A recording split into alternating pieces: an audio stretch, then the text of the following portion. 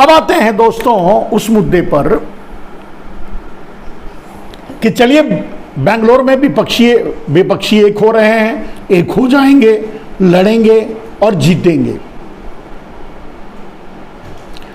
अगर नहीं एक होंगे, नहीं लड़ेंगे तो जेल जाएंगे। जो भाजपा में जाने से रहे, भाजपा में जाकर के तो जेल में जाने से बच गए, लेकिन अगर भाजपा के सामने खड़े होकर लड़ रहे हैं तो जेल जाने की नौबत कभी भी आ सकती है। इसके लिए तैयार रहिएगा। लेकिन अगर एक साथ मिलकर के लड़ेंगे, एक साथ रहेंगे, एक मंच पर रहेंगे, तो शायद भाजपा न कर पाए, यानी मोदी इतना साहस न कर पाए, क्योंकि मोदी तो वैसे ही हिले हुए हैं।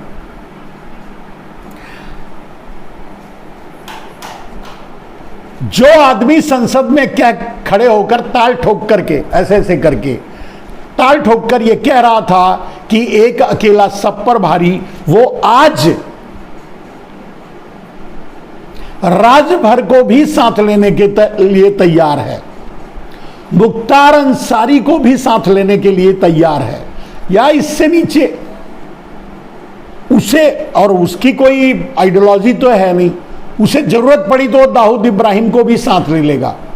अगर उससे कोई वोट मिलता हो, उससे उसके चुनाव जीतने की संभावना हो, तो भारतीय जनता पार्टी और नरेंद्र मोदी दाऊद इब्राहिम से भी हाथ मिलाने में जरा भी पीछे नहीं हटेंगे।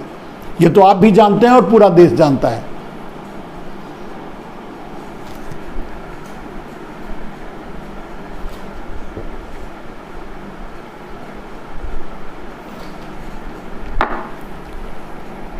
तो दोस्तों नरेंद्र मोदी जो ये कह रहे थे कि एक अकेला सब पर भारी, वो 38 दलों की बैठक बुलाने वाले हैं। 38 दलों के साथ अपनी एकता और अपनी ताकत दिखाना चाहते हैं, और आगे चुनाव में वो और लोगों को भी जोड़ने की बात कर रहे हैं, किसी को भी जोड़ने की बात कर रहे हैं। खैर देखते जाइए होता क्या है। लेकिन दोस्तों, एक अकेला सब पर भारी जो ये कह रहा था, भाई उसके पास वो अकेला कैसे है? उसके पास तो पहले से ही उसकी इंटैक्ट 3 पार्टियां हैं, Bharatiya Janata party, ED, CBI और आईटी पहले से ही शामिल हैं उसके दल में। बाकी कुछ एक छिट्टू पुट्टू वो शामिल ही हैं, और आरएसएस तो उनका माई बाप है ही। ये अलग बात है कि अब इस मौके पर, इस समय आरएसएस भी पीछा छुड़ाना चाहता है नरेंद्र मोदी से, और छुड़ा रहा है। इसके परिणाम आगे जब सामने आएंगे तब आप इसको समझ पाएंगे।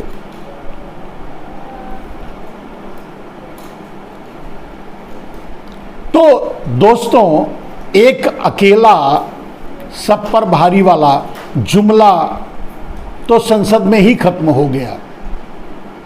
अब 38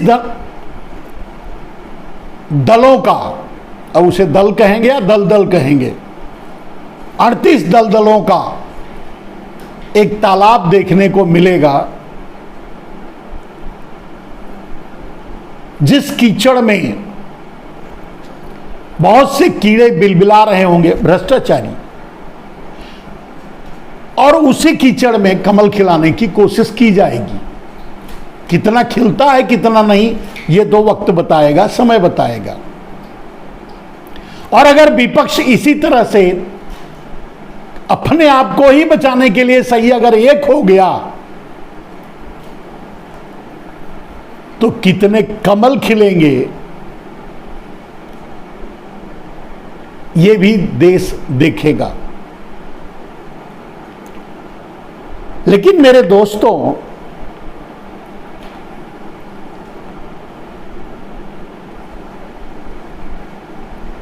क्या यह विपक्ष नरेंद्र मोदी को मात दे पाएगा? यह एक बहुत बड़ा सवाल है।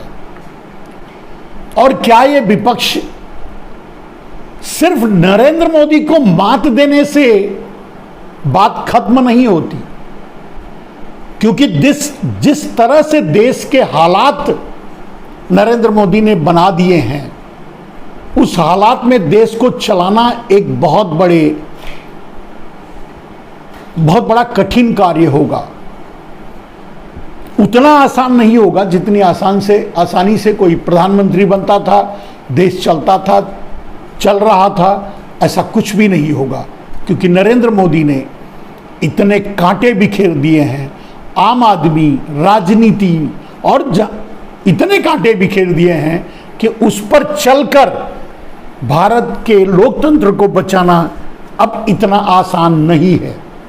तो उस कठिन रास्ते पर क्या विपक्ष चल पाएगा, यह बहुत बड़ा सवाल है। और चुनाव तो जीत जाएगा, लेकिन जीतने के बाद सरकार को कैसे चलाएगा, चला भी पाएगा या नहीं, यह देखने और सोचने और समझने की बात होगी। दोस्तों,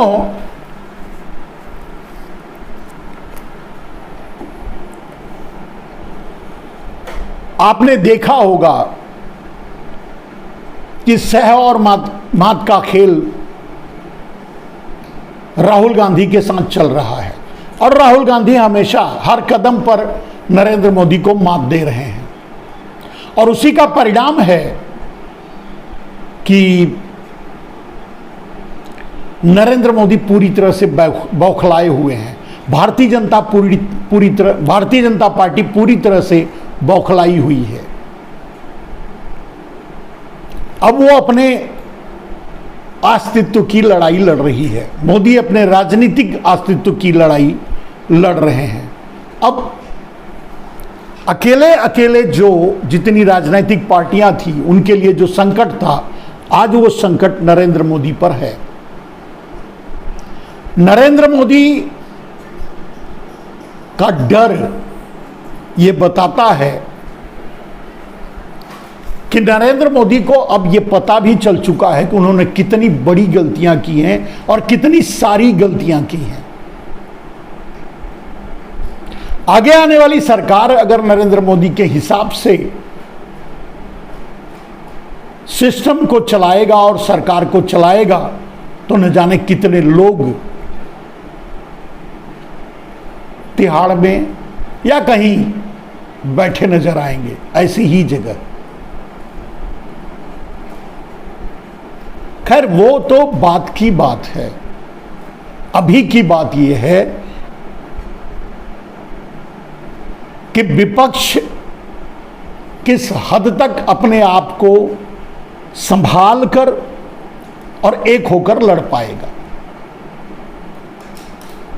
मजबूरी होते हुए भी कभी कभी आदमी नासमझी करता है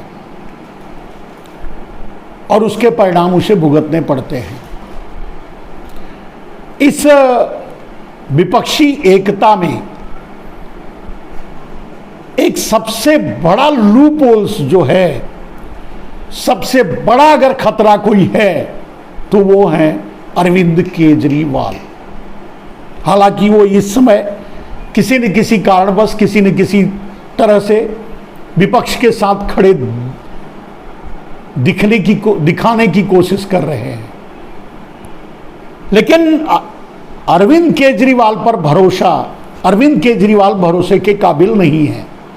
इस विपक्षी एकता या विपक्षी नेताओं को, या जो इससे बड़ी उम्मीद लगाकर बैठे हैं, उनके लिए एक खास संदेश और खास चेतावनी है कि सबसे ज्यादा अगर किसी से, नरेंद्र मोदी से भी अगर ज्यादा सावधान रहने की जरूरत है विपक्ष को, तो वो है अरविंद केजरीवाल से। अभी भी तस्वीर साफ नहीं है कि आरएसएस ईमानदारी से भारतीय जनता पार्टी का साथ छोड़ करके देश हित में कांग्रेस का साथ देगी राहुल गांधी के प्रधानमंत्री बनने में कोई बाधा नहीं पहुंचाएगी। पूरी तरह से साफ नहीं है। हालांकि मजबूर हो चुकी है, हालांकि आरएसएस के पास कोई रास्ता नहीं है, हालांकि वो अब अपने आप को यह तैयार कर चुकी है कि उसे राहुल गांधी को प्रधानमंत्री बनाने में काम करना चाहिए, मानना चाहिए, और इसके अलावा कोई रास्ता नहीं। लेकिन फिर भी अरविंद केजरीवाल का विपक्ष की बैठकों में जाना, विपक्ष की एकता में शामिल होना, आरएसएस की किसी चाल की बू तो जरूर आ रही है। आरएसएस का कोई खेल तो नहीं। विपक्ष की एकता को तोड़ने के लिए, विपक्ष में मट्ठे का काम करने के लिए, विपक्ष को बिखेरने के लिए कहीं आरएसएस अरविंद केजरीवाल को आगे भेज तो नहीं रही है, क्योंकि सारे आज राजनीति में, आज की राजनीति में एक अध्ययनकर्ता के नाते, एक रिसर्चर के नाते मैं आपको यह बता रहा हूं कि आज की राजनीति में देश को नरेंद्र मोदी से जो खतरा है वो खतरा हो चुका है। अब वो अपने अंतिम चरण में है, लेकिन अरविंद केजरीवाल का खतरा अभी भी देश पर मंडरा रहा है, क्योंकि इस बात को दुनिया की कोई ताकत नहीं काट सकती कि अरविंद केजरीवाल आरएसएस के हाथों के खिलौने हैं, आरएसएस की बी पार्टी हैं, आरएसएस की दत्तक पुत्र हैं, आरएसएस की नाजायज पार्टी हैं, आरएसएस की बेनामी पार्टी हैं। इस बात को कोई इनकार नहीं कर सकता। जो अरविंद केजरीवाल के शुरू से लेकर अब तक इतिहास को जानता है, आप पार्टी के आंदोलन से लेकर के आज तक 2 राज्यों में सरकार बनाने तक जानता है, उसे ये पता है कि अरविंद केजरीवाल कभी भी भरोसे के काबिल नहीं है। और वो अगर भरोसे के मामले में वो नरेंद्र मोदी से भी ज्यादा खतरनाक है।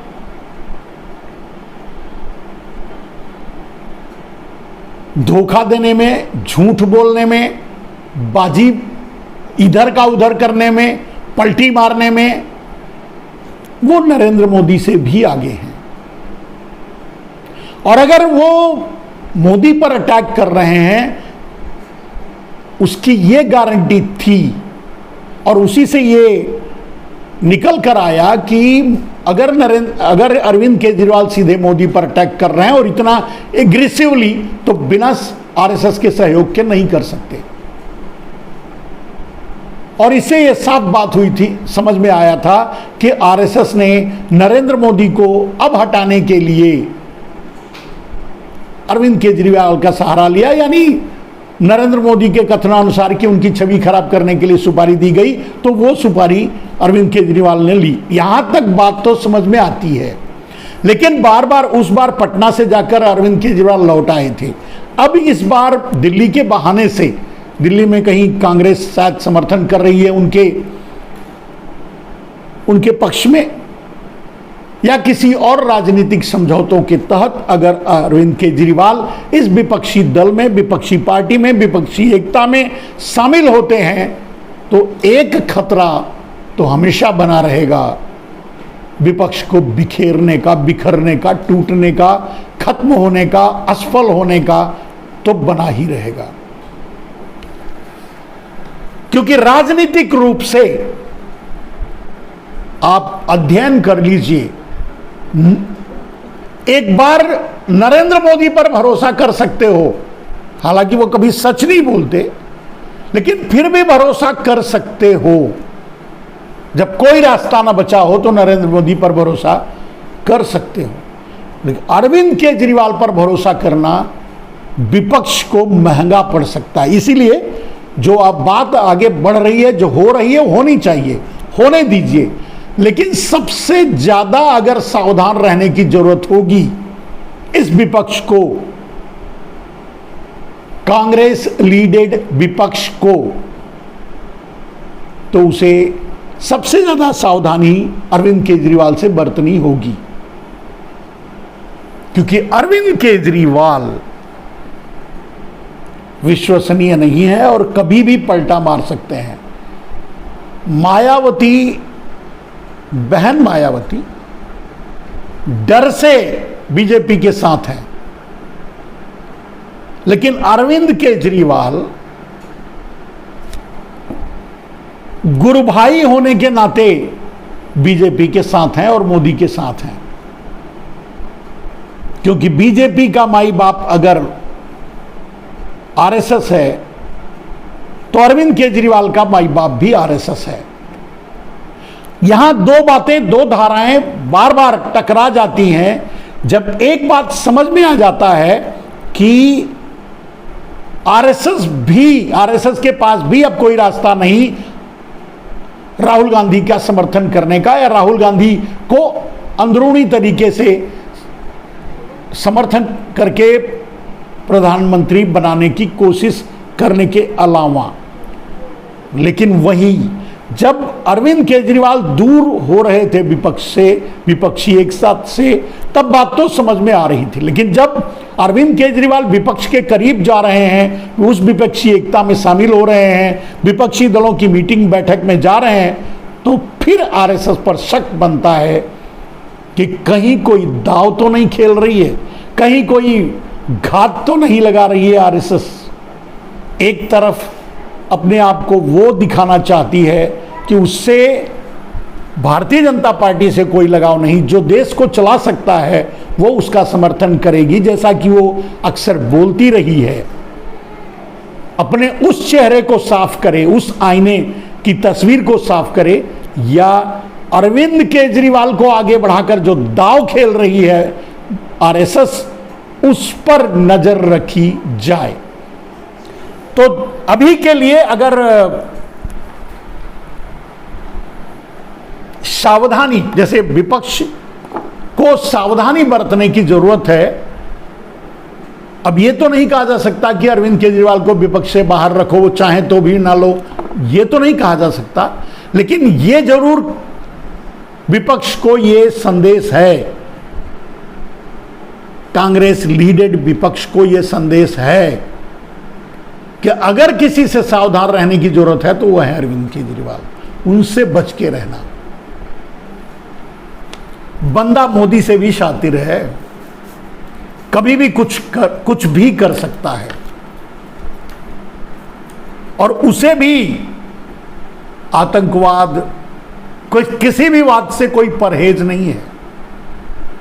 उसका भी मकसद सत्ता में बने रहना, सत्ता हासिल करना और राजनीति में आगे बढ़ना, एक ही मकसद उसका भी है, नरेंद्र मोदी की तरह।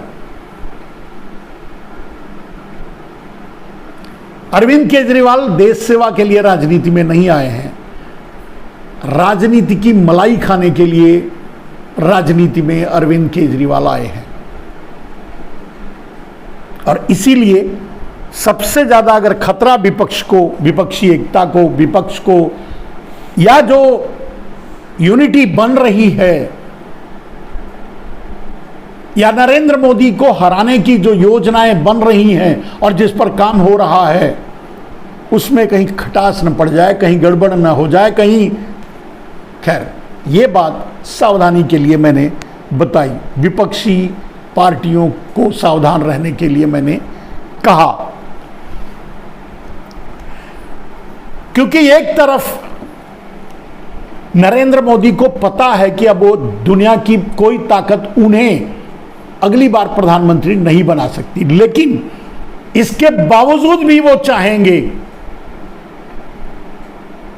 कि इस देश पर वो काबिज रहें सेंगोल लेकर, क्योंकि अगर वो राजनीति से बाहर गए, अगर वो सत्ता से बेदखल हुए, तो न जाने कहां कहां, कैसे कैसे,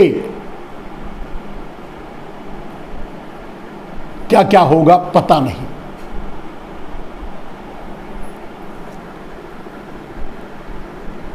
जहां अडानी उनके सरमाएदार हैं, उनके सब कुछ हैं, वही अडानी उनके डूबने का, उनकी राजनीति के खत्म करने का, उनकी राजनीति के खत्म होने का भी कारण बनेंगे। क्योंकि जिसका निर्माण